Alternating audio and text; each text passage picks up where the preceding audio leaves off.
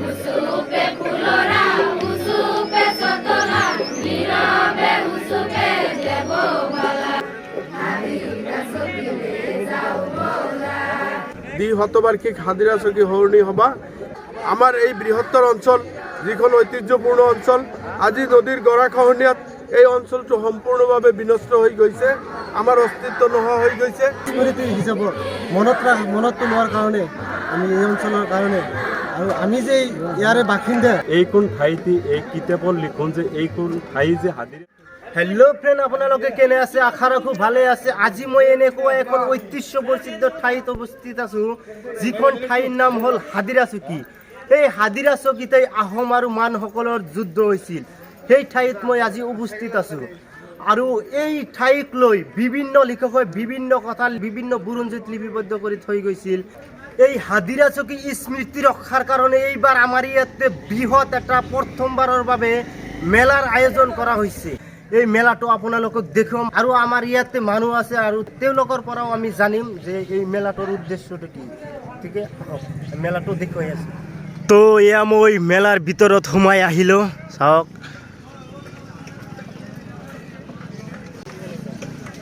তো এইবিলাক হ'ল দোকান তো এইবিলাক দোকান মানে সজাই আছে আজিৰ পৰা মেলা আৰম্ভ হ'ব সেইকাৰণে দোকানবিলাক বনাই আছে তো এইবিলাক ইয়াতে দোকান সজাই আছে আৰু এইটো দোকান সজোৱা হৈছে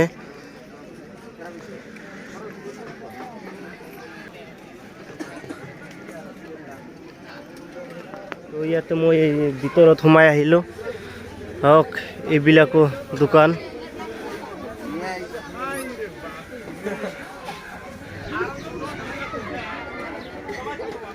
তো চাওক ইয়াতেও দোকান সজাইছে তো ইয়াতে ফুল চুল আছে চাওক আৰু এই লাভ চাপ কিবা কিবি আছে আৰু এই দোকানত তো ইয়াতে এইটো চাবলৈ পাইছে ইয়াতে মানে চাৰ্কাছ হ'ব চাৰ্কাছ ডেন্স এইবিলাক হ'ব ইয়াতে এইটো পাণ তামোলৰ দোকান সজাই আছে নেকি আৰু এইটো হ'ল খাদ্য বস্তুৰ দোকান মানে জিলেপি আৰু কিবা কিবি বস্তু আৰু কি খোৱা বস্তু আছে আৰু তো এইটো চাবলৈ পাইছে চকৰি মানে নাগৰতলা হয় এইটো ফিটিং কৰি আছে আৰু এইটো সাইডত চাওক এইটো সাইডত মানে এইটো সৰু চকৰি হয় সৰু ল'ৰা ছোৱালী উঠাৰ কাৰণে এইটো বনাইছে তো এইটো ইয়াতে চাবলৈ পাইছে ট্ৰেইন এইটোত মানে সৰু সৰু ল'ৰা ছোৱালী আৰু ডাঙৰ মানুহ সবেই মানে উঠিব পাৰে এইটোত সকলোৱে উঠে তো চাওক এইটো তো আৰু ইয়াতে আছে এইটো হ'ল হোটেল আৰু এইটো হ'ল ইয়াতে ষ্টেজত আৰম্ভণি গীতৰ ৰিহাৰ্চেল কৰি আছে তো চাওক ইয়াতে মানে আৰম্ভণি গীত গাই আছে সিহঁতে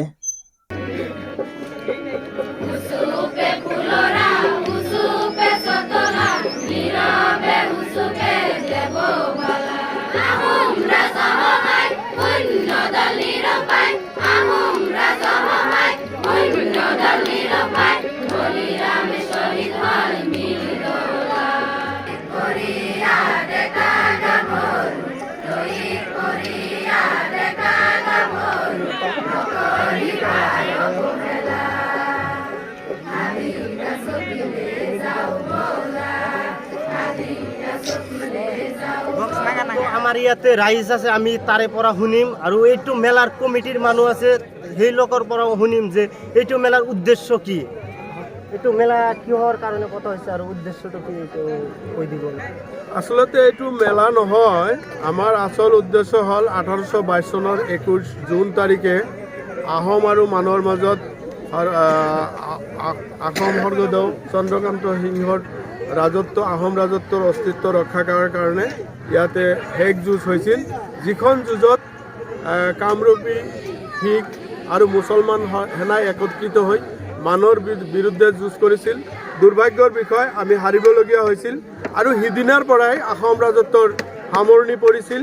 এইখন ঐতিহ্যপূৰ্ণ ঠাই এইখন আছিল গোৱালপাৰা ডিষ্ট্ৰিক্টটো আছিল বংগোপ নৱাবৰ আণ্ডাৰত পৰৱৰ্তীলৈ ব্ৰিটিছৰ আণ্ডাৰলৈ গুচি গ'ল কিন্তু আমাৰ হাদিৰা চকীৰ পৰা আমাৰ আহোম ৰাজত্ব আছিল। ইয়াতে আছিল বঙালহাট, যিটো 1897 চনত বৰ ভূঁইকঁপৰ কাৰণে পদ গৈছে, আৰু সেই চিনচাপসমূহো নাই। আৰু সেই স্মৃতিখিনি সোঁৱৰণিৰ কাৰণে আমি এইখন সোঁৱৰণি অনুষ্ঠান পাতিছোঁ, দ্বি-শতবাৰ্ষিক হাজিৰা চকী সোঁৱৰণি সভা। ইয়াতে আমি জাতি ধৰ্ম বৰ্ণ একত্ৰিত হৈ আমাৰ বৰ অসমীয়া জাতি যাতে মিলা প্ৰীতিৰে থাকিব পাৰোঁ, আমি অসমীয়া হিচাপে যাতে সকলোৱে পৰিচয় দিব পাৰোঁ, সেইটো উদ্দেশ্য আগত ৰখাৰ লগতে আমাৰ এই বৃহত্তৰ অঞ্চল, যিখন ঐতিহ্যপূৰ্ণ অঞ্চল, আজি নদীৰ গৰাখহনীয়াত এই অঞ্চলটো সম্পূৰ্ণভাৱে বিনষ্ট হৈ গৈছে, আমাৰ অস্তিত্ব নোহোৱা হৈ গৈছে। নদীৰ গৰাখহনীয়াৰ ফলত আমি বৃহত্তৰ অঞ্চলৰ প্ৰায় 30খন গাঁৱৰ আজি নদীত যা গ'ল। আমি সেইবোৰ কথা স্মৃতি ৰমন্থন কৰি আমাৰ এই বৃহত্তৰ অঞ্চলৰ অস্তিত্ব ৰক্ষাৰ লগতে শ্বহীদ হোৱা বীৰ শ্বহীদসকলক যাতে আমি শ্ৰদ্ধাৰে সুঁৱৰি একত্ৰিত হৈ অসমৰ উন্নয়নৰ স্বাৰ্থত কাম কৰিব পাৰোঁ, সেই স্বাৰ্থতে ইয়াতে হাজিৰা চকী ৰণৰ দ্বি-শতবাৰ্ষিক সোঁৱৰণি সভা অনুষ্ঠিত কৰা হৈছে। আৰু বৃহত্তৰ অঞ্চলত ৰাইজৰ মনৰ খোৰাক তেখেতসকলে যাতে চহৰলৈ যায়, এইবোৰ যিবোৰ মেলা চলে বা বিভিন্ন কাৰ্যসূচী চলে, তেওঁলোকে চাব নোৱাৰে। মানুহখিনিও যাতে আধুনিক যুগৰ লগত মিলাই চলিব পাৰে, তেওঁলোকৰ মনোৰঞ্জনৰ কাৰণে হাজিৰা চকী ৰণৰ দ্বি-শতবাৰ্ষিক সোঁৱৰণিৰ লগত সংগতি ৰাখি চুটিকৈ আমি এখন বজাৰৰ বনাইছোঁ বা মেলাৰ সৃষ্টি কৰিছোঁ। হয়, আপোনালোকে শুনিবলৈ পালে এইটো আৰু হাজিৰা চকী ৰণৰ উদ্দেশ্যে এইটো মেলাৰ আয়োজন কৰিছে। তে আমি এতিয়া ৰাইজৰ পৰা অলপ শুনিম। তো ইয়াতে আমাৰ আৰু দাদা আছে আৰু ৰাইজ আছে, তেওঁলোকৰ পৰাও শুনিম। দাদা এইটোৰ বিষয়ে অলপ কৈ দিব।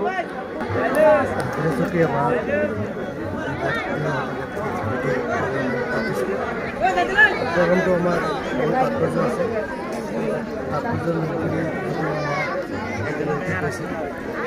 এইটো তাৎপৰ্য এনেকুৱা, এইটো জেগাতে আমাৰ আজিৰ পৰা 200 বছৰ আগত মান আৰু আহোমৰ মাজত যুদ্ধ হৈছিল, আৰু যুদ্ধৰ সময়ত বহুত আমাৰ শিখ মুছলমান বহুত মানুহ ইয়াতে মৃত্যুবৰণ হৈছিল। যুদ্ধত হয়তো আমি হাৰিছিলোঁ সেইটো সময়ত, কিন্তু সেই যুদ্ধত লগত সংগতি ৰাখি আমি স্মৃতি হিচাপত মনত লোৱাৰ কাৰণে আমি এই অঞ্চলৰ কাৰণে, আৰু আমি যে ইয়াৰে বাসিন্দা মুছলমানসকল শিখসকল ইয়াৰে বাসিন্দা আছিল অসমৰ এজন, সেই হিচাপতে আমাৰ এই স্মৰণ কৰাৰ কাৰণে আমি এই প্ৰগ্ৰামটো পাতিছোঁ। যিকি নহওক যি হওক, তাৰমানে আমি সৰুৰ পৰা চাইছোঁ যে আমি কিতাপত চাইছোঁ, পঢ়িছিলোঁ তেতিয়া চাইছোঁ যে হাজিৰা চকী আৰু ফুলৰা চোটলা এইখন ঠাই যে সেই হাজিৰা চকী আমি কিন্তু সৰুতে জানা নাছিলোঁ যে এইখন ঠাইতে এই কিতাপৰ লিখন যে এইখন ঠাই যে হাজিৰা চকী, সেইখিনি শুনি আমি যেতিয়া অলপ ডাঙৰ হৈছোঁ যে এইখিনি জেগা আমাৰ হাজিৰা চকী জেগাখিনি। সেইকাৰণে মই এইখন জেগাটো গোটেই অসমত মই দাঙি ধৰিবলৈ আমালোকে চেষ্টা কৰিছোঁ যে এইখনি সেই পুৰণা হাজিৰা চকী আৰু ফুলৰা, আৰু সেইকাৰণে আমি এই হাজিৰা চকীৰ উৎসৱ মহৰ উৎসৱ আয়োজন কৰিছোঁ। তো আপোনালোকে শুনিব পালে যে এইখন হাজিৰা চকী আমাৰ পুৰণি স্মৃতি ৰক্ষাৰ কাৰণে এইটো হাজিৰা চকীৰ এইবাৰ মেলা আৰম্ভ কৰা হৈছে। এই মেলাটো 200 বছৰ পিছত এইবাৰ প্ৰথমবাৰৰ বাবে আয়োজন কৰা হৈছে।